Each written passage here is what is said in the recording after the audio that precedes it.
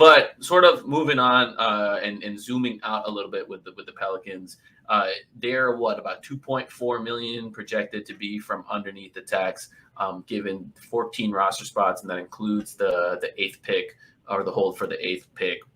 They don't have that means they don't have the ability to use the non-taxpayer MLE in any significant way. They could use the taxpayer MLE if they wanted to, but I doubt this team is willing to go into the tax at this juncture.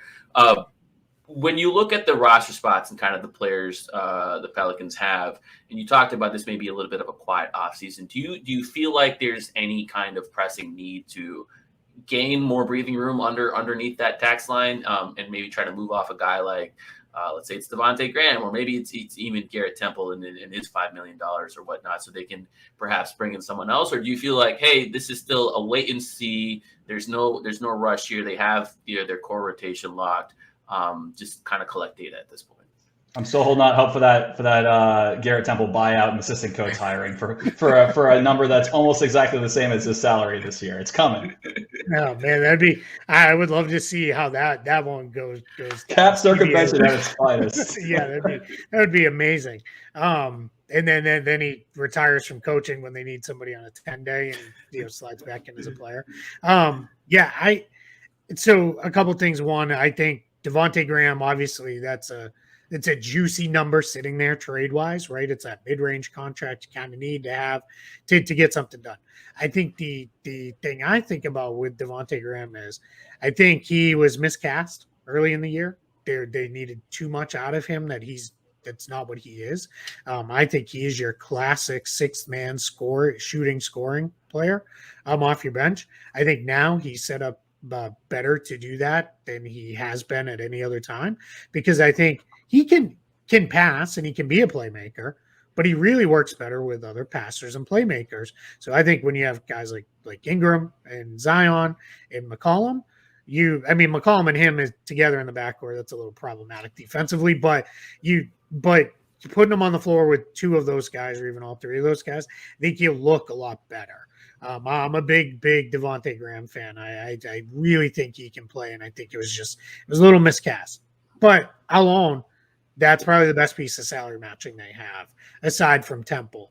And maybe the idea is you put the two of them together at some point and go get something you need. But I think that's let it go into the season. Let it play out and see what you got. You're 10, 11, 12 guys deep and guys that can play. I would not be in any form of rush to go and do something big right now. And clearly if something great comes your way, you act on it because you don't know that it'll be there. But I'm not pushing to make moves just to make moves. The roster is, the only free agent on the entire team that's not a two-way player is Tony Snell. Quite frankly, you need that roster spot for draft picks. So it's going to become, I think you're looking at a team that is fairly well set roster-wise for now. The last thing I want to do is bring in anybody who's going to take minutes away from the younger guys. I want to see, obviously, Herb Jones needs to and will play, right? That's what's locked in. But I want Trey Murphy to play.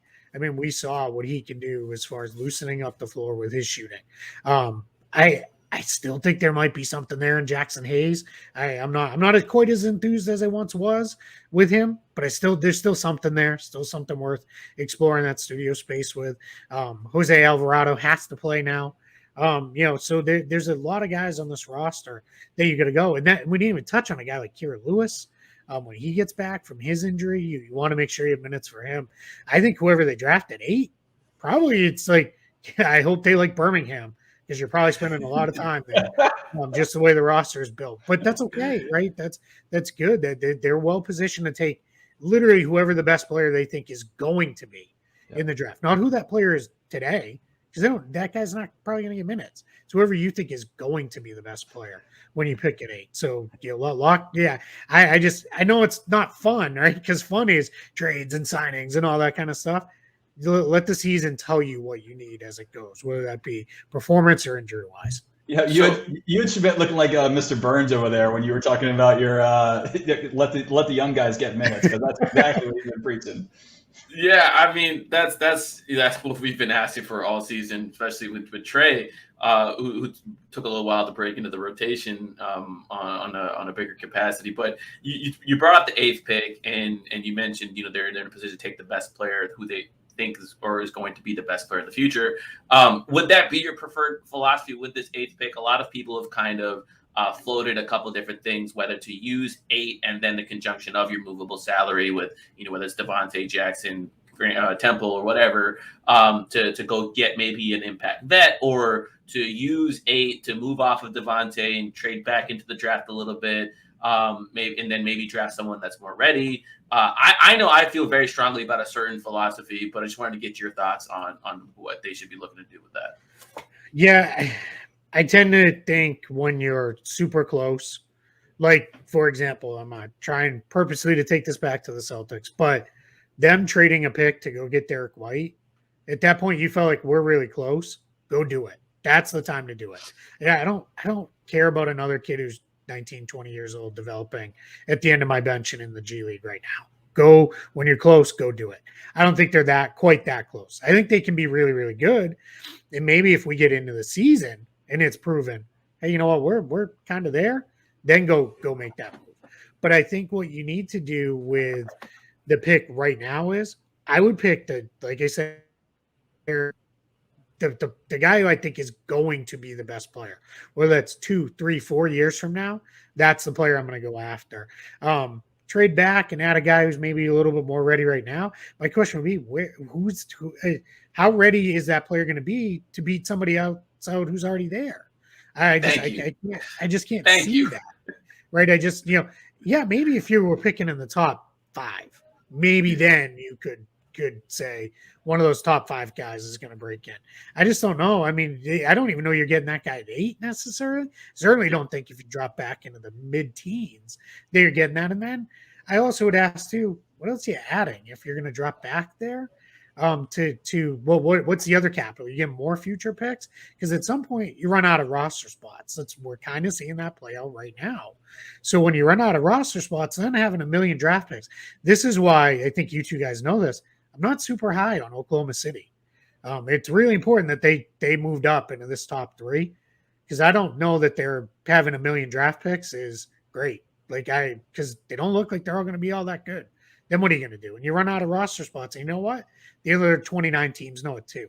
So they're not interested in your, oh, hey, we're going to give you 4 first-round picks to move up 5 spots. Why? So then I have your problem 2 years from now? I don't really care about that. So that's not, I mean, this isn't the Thunder podcast. I can do that with those guys later. But I'm not sold on doing a whole lot with that draft pick, except take the player you think will be the best guy at some point in the future. Love that. Co-signed completely. That's where I've been at the whole time. Actually, I feel like it's just such a rare opportunity to add a top 10 pick to a playoff team, and you have to be thinking long term. And I think the draft is like a 8 to 10 year decision. And if all goes well, you're going to have that person in your organization for 8 to 10 years, and that's exactly the mindset that you need to be taking.